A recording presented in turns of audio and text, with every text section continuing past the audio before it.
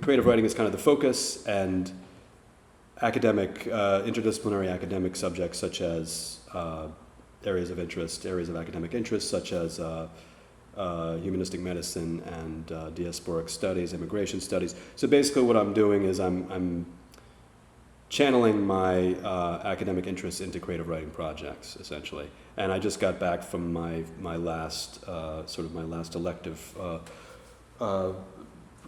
program, which was a exchange program at Oxford in English literature. So it was Old and Middle English literature and modernist writers, and kind of an intensive seminar there. So I'm just back from that, and I have been living a somewhat itinerant lifestyle, going back and forth between New Hampshire and New York City this year.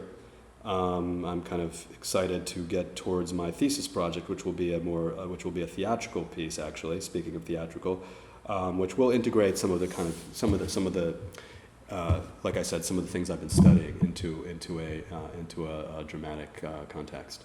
So I'm excited about that because it'll kind of allow me to distill and draw on and extract from the academic work I've been doing in a more independent framework, which will allow me to be a little bit more present in my beloved New York City, and with my wife, and so on and so forth. So it's surprising how I think we all got a little bit stirred up, and in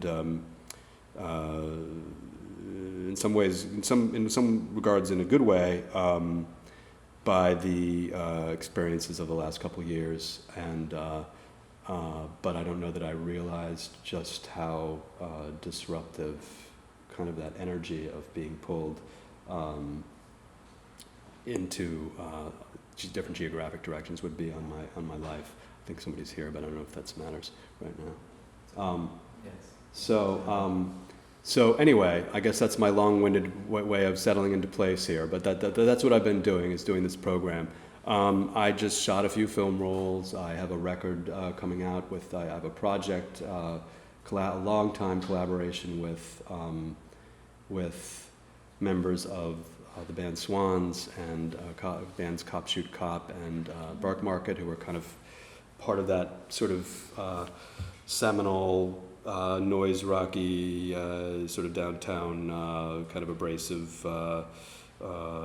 confrontational type music. I remember Cop Shoot Cop. They played at Limelight, actually.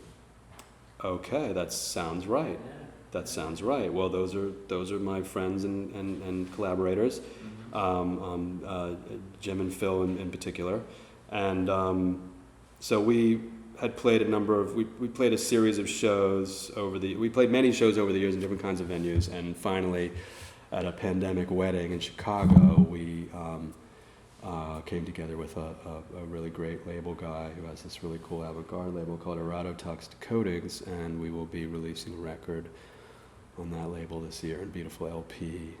Very excited about that. So I do have some New York projects coming up. I've managed to kind of juggle. It's kind of nice when your energy pulls you, when you go after something and you get engaged, you get involved in something, and then, there's still you get pulled back into the sphere. You get pulled back into the firmament, into the industry, etc. And people still want to hear from you. People still want your voice and your involvement. So that's been kind of nice to be able to juggle a little bit of both during this time. And I've been auditioning a lot too, as well, for various on-camera stuff. So yeah, that's some of what I've been doing lately. Historically, I came to New York as Benjamin said, as a cultural critic. I was working a day job in an editorial job in the charitable sector, and I was interning at Spin Magazine, where I ended up doing a pretty pioneering, interactive. Kind of a combination of, it was kind of like a satirical writing project and an interactive web kind of choose your own adventure as web serial, which was kind of a takeoff on Lollapalooza called Chimichanga, and so we would have the readership vote on story twists, and that would influence, at least theoretically, but I think it did, the direction of the narrative. So we did this project, and this artist named Doug Allen illustrated it, who was pretty well known at the time, and pretty proud of it. I don't really have any access to it, but so I was doing that. That was kind of my biggest project at Spin, and I was working at this job, and I was writing, and I started to write. I started to be running around Max Fish and this and that and whatever, running around the scene, and people thought I was interesting, and I thought I was just sort of swept up in it all, and I ended up writing about music, and that's in fact where I met some of these folks, people like Cop Shoot Cop and so on and so forth, and I was like a regular contributor to Paper Magazine and many other magazines and newspapers. And like I said, I kind of got immersed, and I kind of was a presence onto my own, and started getting cast in things, music videos, short films, blah blah blah, and eventually wrote a play that was about a guy who was an emerging artist on the Lower East Side who was writing a play about his. It was this very like self-reflexive Hall of Mirrors kind of production, which we ended up doing with Lincoln Center Directors Lab and Soho Repertory as a workshop production. I think it was only for a week, but it had some impact, and it also was very impactful in terms of its effect on me and my sense of myself. In some ways, it was very provocative, sort of inwardly provocative. It was, I think it just brought a lot to the surface, and so. Yeah, that was kind of so, and I did some work, some short plays, and presented them at Soho Rep, and blah blah blah, and then that was the period in which I hadn't trained as an actor. I trained as a writer at Washington University in St. Louis, and I think it, I was really, it was kind of a trial by fire. It was kind of like like I said, it was a. I was absorbing a lot of osmosis, but I wasn't necessarily in a place where attention could be given to the craft and sort of focus on the training and kind of be, in a more nurturing kind of learning type of a setting. So, eventually, I think it wasn't necessarily grounding. It was definitely like inspiring. I don't know if it was grounding. But I ended up performing in nightclubs, and I ended up performing at places like Limelight and the VIP, doing these kind of social experiments, kind of interactive kind of things where, you have guests and you create scenarios and you play, you toy with people and you provoke people and conversations take place, and sort of the art of the interaction kind of thing. And me and a guy named Michael Portnoy, who was sort of famously known as Soy Bomb for his interruption of Bob Dylan's performance at the Grammys, after having been hired as an actor on stage and being sort of, in a way, window dressing, but then deciding to like burst forth as a soy bomb, which was an expression of explosive organicity or whatever it was, and made Bob angry, made him uncomfortable, and became this sort of cause celeb, and maybe in a way presaged various. I'm not that it had never been done before, but in a way, in that sort of media spectrum, to have somebody interrupt a major performance, it might have inspired a generation of pranksters, who knows. But he and I were working on, we were hired to do, these gigs, these sort of nightlife gigs and things like that. So I was doing that for a while, and eventually I started really wanting to get more serious about theater, so I was doing these kind of monologue pieces that kind of mixed, they mixed my own music and lip syncing and some a cappella renditions of other music, weaving in between these autobiographical reminiscences and these provocative set pieces that were again, kind of coming back more in the realm of a little bit of a social satire, satirizing maybe sort of takes on the fashion world and things like that, and using sort of costuming that I would change during the show, openly change and sort of change into these different sort of phases of the show. So I was doing these kind of multi-tiered monologue pieces, And then I really wanted to kind of really ramp up the theater and ramp up my maybe a potential at a career as an actor. So I interviewed for various programs. I ended up training under various mentors who have been very important to me, and working on more of some classical training and some scene, and a lot of scene work, and a lot of many years of theatrical training. And over time, I have been in, like I said, I've been in a number of films. I continue to work, and theater projects, and so kind of what we're talking about is kind of, in a way, as sort of like this kind of like incremental layering of craft and experience over time. This kind of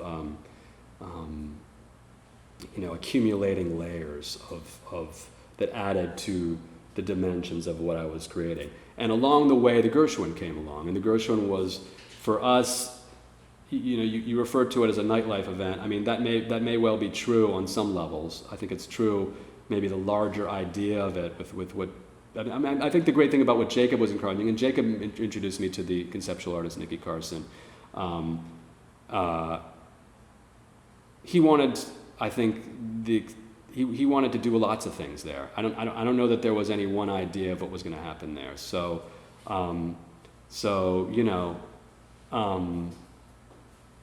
that was kind of the beauty of it, was for me and Nicky. I mean, we were bringing in, for my part, I was, Nicky had come out of the Warhol Factory era and done all kinds of things in the 80s, etc. I was younger, and so Nicky was bringing people like, Debbie Harry, or I think was he Nina Hagen? I guess Nina Hagen, and all kinds of people. I think I mentioned in my initial email. Billy Collins, the poet, the U.S. Poet Laureate. These are all contemporaries of his. Michael Schneerson from Vanity Fair, and Todd, whatchamacallit, the designer, Todd,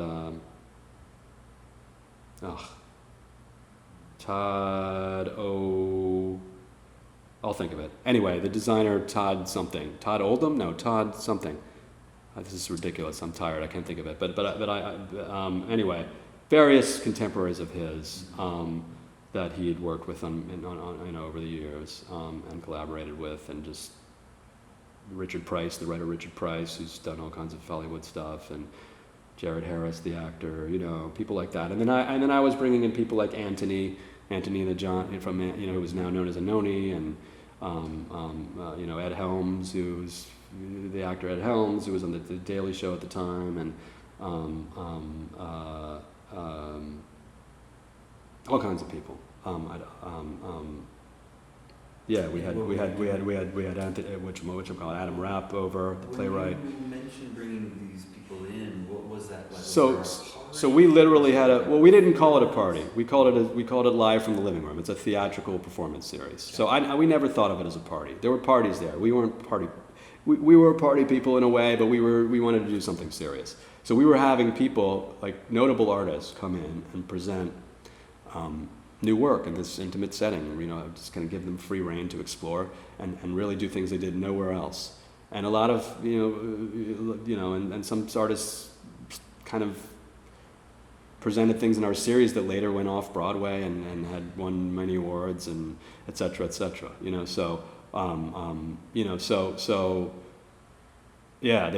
was kind of like an incubator, like a I don't want to say testing ground. That sounds a little too clinical, but it was it's kind of a petri dish. It was it was this, again, like coming in this warm living room, kind of hospitable space, intimate community feel, and then really like presenting a well-executed, well rehearsed show. Maybe it was a little fun, a little rough around the edges. It was still an early performance, but like presenting something that really had a lot behind it, that was meant to be a first opportunity to present it to the public. And so that's what we did. And then there was there was some larger there was some more hotel-wide events that we did that were we might call more what you're talking about, which were a little more festive, a little more sort of involved more of a drinking and socializing aspect. But the show itself was like this hour-long evening that was a theatrical thing, and then of course the hotel space shifted over the years. They had that sort of that wonderful kind of grotty little bar in the back that then got replaced by when they had the sort of, there was an intermediary stage with these new owners who didn't, I don't know what, I mean, because eventually it became the Evelyn, right? But which is, interestingly enough, my sister's name. Not a name you hear every day these days. But so that's sort of interesting. But along the way, there was also a sort of an intermediary stage where there was people who were trying to do something new with it, and it didn't quite, it was like halfway there. They had like the restaurant they were trying to do, and the clubby kind of the new fancy bar, and this and that. I've lost track over time, we'd have to kind of trace each stage of it, incarnation of it. But so it changed over the years, but Nikki and I sort of stuck it out, and we did this thing, and it started out as a weekly series, which was feral, to get these kinds of guests and new guests every week. It felt like a lot, and sometimes it would be, a guest who brought other people, like it would be a sort of a curated evening that involved other artists on the bill as well, but sort of headlined by somebody who sort of put an evening together. So that was a lot, and then I guess it went to 2 weeks at a point. I think it was at 2 weeks I don't know if it ever went to a month. It went to a month when we took it over to Dixon Place, which we did after the hotel was fully kind of over with us doing a series there. I don't know if we ended at the Gershwin with 2 weeks or longer, but anyway. And then like you say, there was lots of other splash events. There was of course the gallery, and I was involved sometimes. And there was an artist named Isabel who may have contributed something, I think, to this exhibition, from my understanding. And she and I did a couple of collaborations there. So there were other things that happened, and other things that happened in the gallery that Jacob would kind of spearheaded and so on. So, there was lots of things going on. But Nikki and I were very much at a core of it. And then Nikki also had a music series of his own that he did. I think it was a week. It became, I don't know if it was weekly, or it may have been weekly. So he kind of did a few offshoots towards the later years as well. So yeah, that was the Gershwin era.